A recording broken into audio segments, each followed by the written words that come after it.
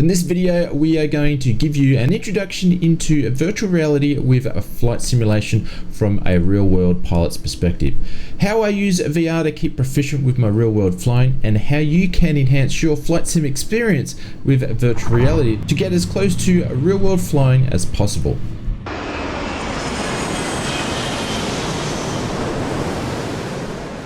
We are currently at Caloundra Airport, which is Yankee Charlie Delta Romeo, which is my real world airport and where I fly out of in the real world.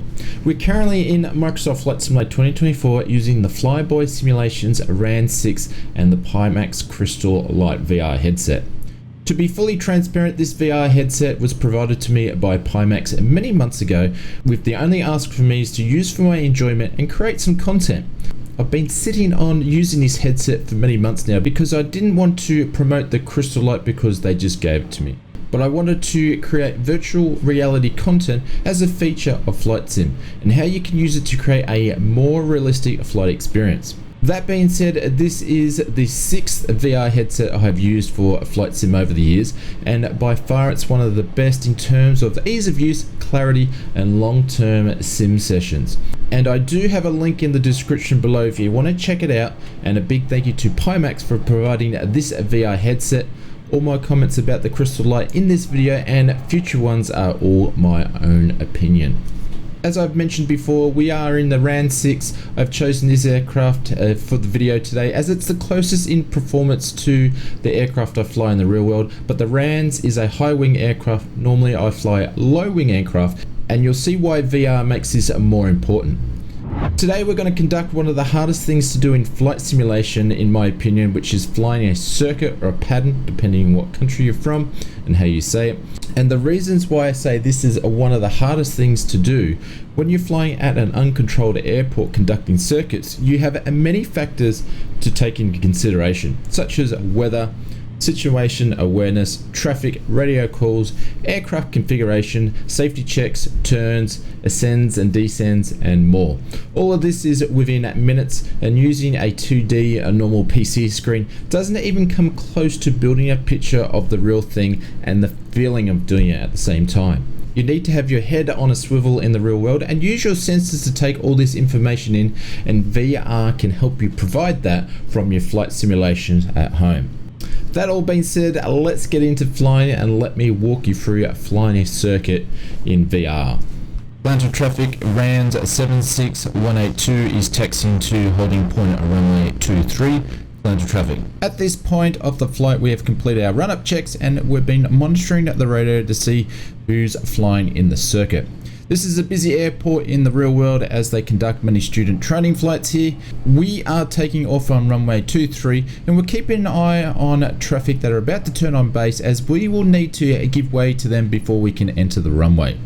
I'll switch on the transponder at this point. When it comes to Microsoft Flight Simulator 2024 at this stage, I do find with VR some of the click spots feel a little bit funny or sort of hide behind the VR. It doesn't really show up on the screen, but it does in the VR headset. So I think that's something that Microsoft team is looking at the moment.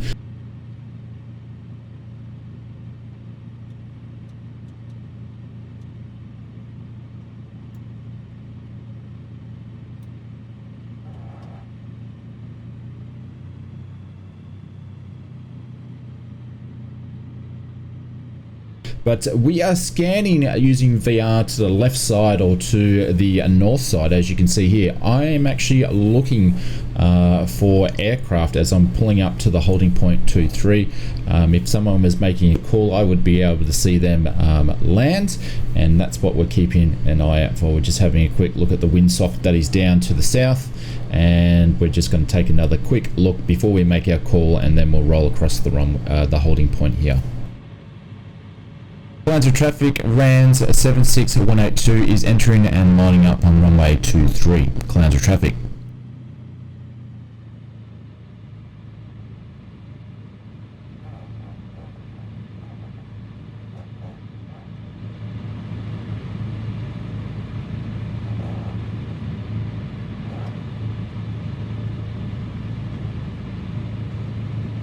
Caloundra traffic, RANS 76182 is rolling runway 23 for circuits Caloundra.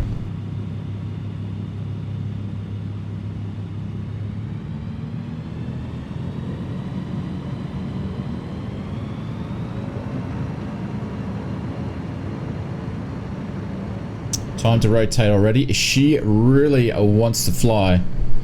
We're going to pitch up for about 70 knots on this one, and once we get to 300 feet, we'll put the flaps up. There's about 4 knots ahead down at runway 23, so she really wants to fly. We're going to keep this current heading until flaps going up until we hit 500, and then we'll make a left and right observations here. Clear on the left, clear on the right, clear in the middle, and then we'll make our turn. Caloundra has 4 runways in total, or has a cross intersection runway. So we are using a VR at the moment when we're using the headset. I'm looking at the right wing here. Now, if we were actually flying in the aircraft I fly, it's a lot easier to see because I don't have a wing in the road, but I'm actually looking to make sure I'm staying parallel with runway 12 at this point here. So now we're going to straighten up. And then once we get into 1,000 feet, which is the circuit altitude, we're going to pop the nose down, pop the throttle, and we're going to trim for some success here. Do our checks, clear on the left, clear on the right, and make our turn. And now we're turning down on our base, sorry, turning down on our downward leg. As you can see, we took off, popped the flaps up, we made our right hand turn into our crosswind, and then basically leveled off, and then turned to our downward leg, all in a matter of a couple of minutes. As you can see, VR is very, very important at this point because I'm actually checking the runway, making sure I'm aligned on the downward leg. I'm now doing my bumfish checks, which is making sure that my brakes are off, undercarriage is fixed and welded, mixers, magneto, CDIs are all on, switches are good, hatches and harnesses are all secure.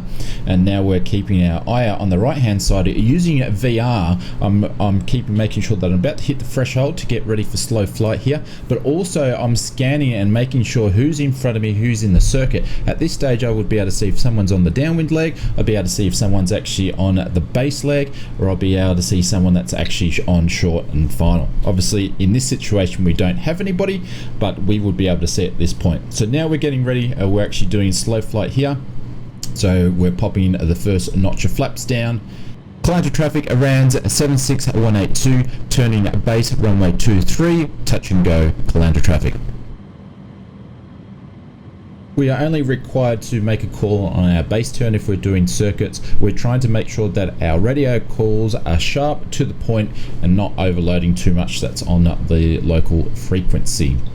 As we're using VR here, I'm really keeping an eye on our base turn here. We're now actually going to start to slow down a little bit more. We're going to pop a second notch of flaps, and then we're going to make our turn, clear to the left, clear to the right, clear to the center, and we're going to make our turn onto final. I'm a little bit high here, because this aircraft really wants to fly, and this is my first time pretty much in VR when it comes to Microsoft Flight Simulator 2024, so it's a little bit different. But I'm hoping at this point of the circuit you get a bit of an idea of how much I've needed to turn my head around to the left or to the right, and this is what you do in the real world. So VR really does provide a great experience for more high fidelity, and it resulting into a lot closer flight to the real world. So I'm going to be a little bit quiet here as we do our first touch and go in VR in Microsoft Flight Simulator 2024.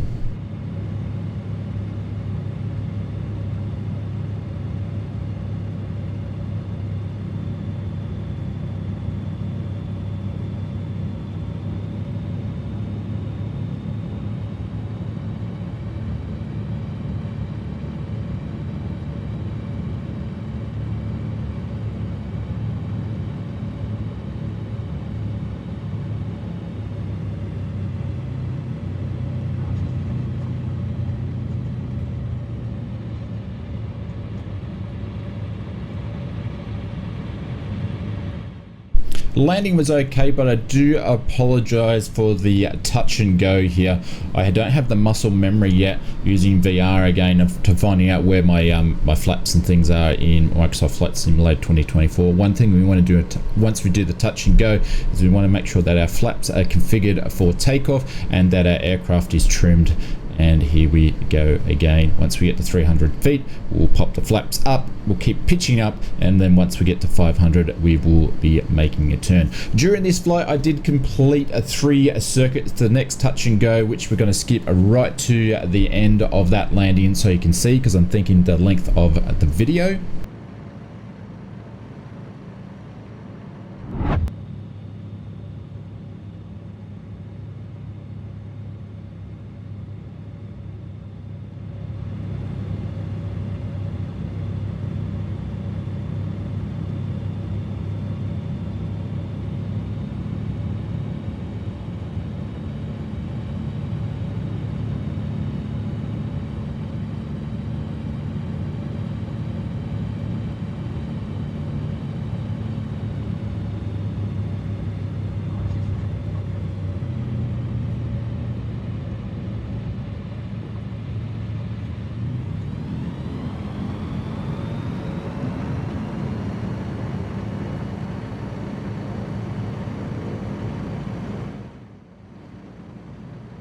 There we go. That time was a lot better. We were a lot smoother, a lot quicker through that whole transition. So we're just climbing again up to 300 feet.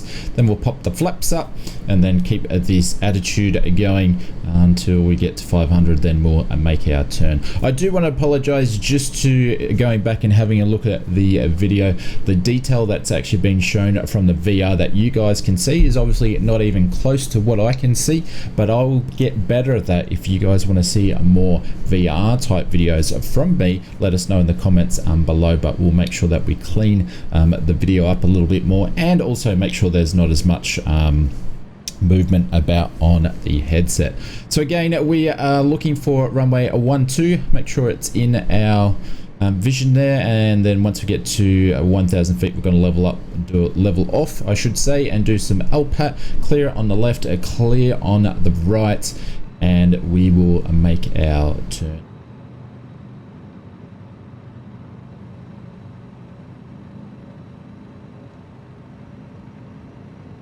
I first started using VR many years ago for flight simming, and this was back in X-Plane 11 when I was actually conducting and going through my training for my pilot's license. I used VR, I believe it was a Oculus 2 or something to that effect anyway, in X-Plane 11, which was really well suited for VR, and I used it for a lot of proficiencies with all my emergency procedures and spent many hours in VR. So it's great to be using it in Microsoft Flight Simulator 2024. Now we're keeping an eye, make sure we've got our threshold there for runway 23, which we're on there, so we're pulling it back on the throttle, keeping an eye on where we are, getting ready for slow flight. Slow flight, if you don't know the term that means, is we're slowing the aircraft down for our flap speed and keeping about the same altitude. So at this whole time is we're pulling back and we're trimming the aircraft for slow flight. There we go. So we're in flap speed, we're at slow flight. We're going to clear to the left, clear to the right. At this stage, I'm adjusting my headset. Clouds of traffic, RANS 76182, turning base for runway 23 for full stop landing. Clouds of traffic. Straightening up once we see runway 23, pop the next notch of flaps and trim the aircraft, and then we'll clear left, clear center and clear right. And then we'll line up the runway for the full stop, runway 23, that we made the call for.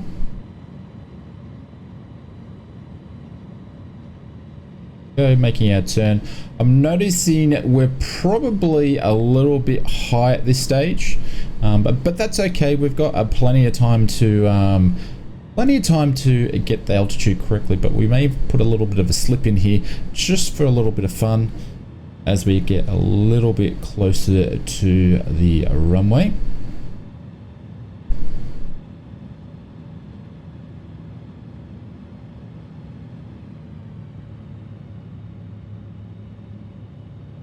Yep, now we're going to pop the slip in. There we go, put some right rudder in, put the opposite aileron in, and we're slipping the aircraft, making her slow down and lose some altitude there. Only a little slip, we don't need to do a big one here. We're not too high.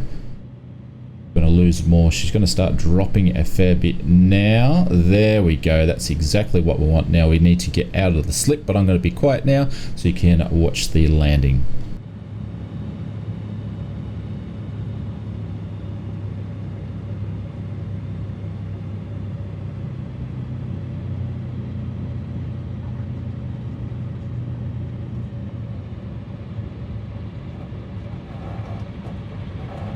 Brakes are on, pulling back on the stick. We're going to move over to the right hand side of the runway, and then we're going to make call. RANS 76182 is backtracking runway 23 for the hangars, clear to traffic.